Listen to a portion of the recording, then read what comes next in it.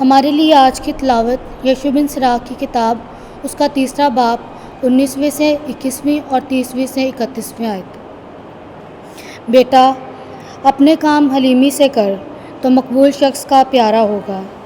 जितना तू अज़मत में बढ़े इतना ही अपने आप को फ़रोतन कर, तो खुदावंद की खुशनुदी तुझे हासिल होगी, क्योंकि खुदावंद की कुदरत अज़ीम है और फ़रोतनों से उसकी तमजीद होती है। मगरूरों की जमायत के लिए इलाज नहीं, क्योंकि बदी का पौधा उनमें जड़ पकड़ेगा और उसका पता भी ना लगेगा।